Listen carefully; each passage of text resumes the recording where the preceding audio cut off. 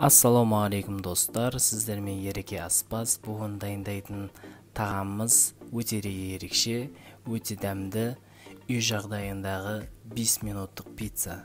Бізге керегі бір жұмыртқа, 3 қасық қаймақ, сметана, сосын кішкене тұз саламыз, сосын жақсылап араластырамыз. Достар, каналға тіркеліп кетейік, подписаться мәзірін басып, лайк басып, және комментарий тастауды ұмытпаңыздар. Ал енді жақсылап араластырып болғаннан кейін 5 қасық ұн салатын боламыз. Сосын тағы да жақсылап араластырамыз. Араластырып болғаннан кейін осындай однородный масса болу керек. Енді керекті өзімізге ингредиенттерді турайтын боламыз. Оны өздеріңіз білесіздер, әртүрлі вкустарға байланысты. Пиццаны кез келген үйдегі заттармен жасауға болады.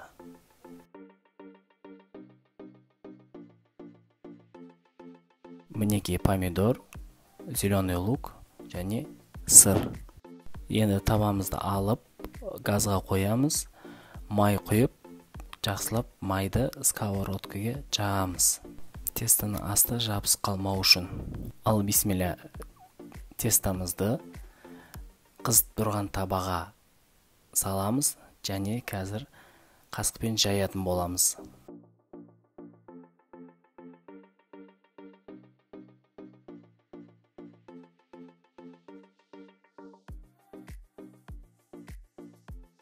Қамырымызды, тестамызды жайып болғаннан кейін осылай кетчуп пен майонез араластырып, соус жасап, қамырымыздың үстінен жаятын боламыз.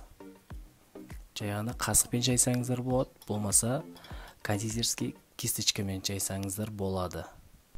Жақсылап жағамыз, ешқандай бір жері қалың, бір жері жұқа болып қалмау керек. Бәрі бірдей болу керек. Жақ болғаннан кейін бетіне өзіміздің қалаған ингредиенттер, қоспаларды салатын боламыз. Менде помидор, жасыл пияз, сосын сыр салам. Мұқият қарап алыңыз, әрбір істеп отырған сәтті. Ертең үйіңізде осы үйде жасалатын пиццаны жасайтын боласыз. Үйіңізге, достарыңызға, балаларыңызға жасайтын боласыз.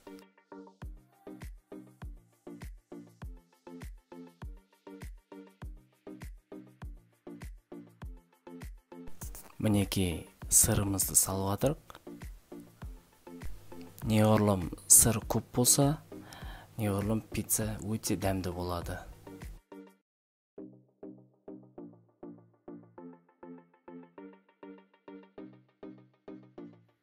Ал енді пиццамызды жай отта 7-8 минутта дайындайтын боламыз. Қараңыз, қандай сочный пицца. Астын өстіп қарап тексеріп аласыз. Тексергеннен кейін дайын болса, осылай табаға, болмаса тарелкаға қойып кесетін боламыз. Ал бисмилля, кесіп жатырық. Қазір сіздерге көрсетеміз. Қараңызшы, қандай сочный. Сырын қараңыз, созылып жатыр. Ал астарыңыз дәмді болсын. Каналыма тіркелуді ұмытпаңыздар. Комментарий жазып, лайк басып,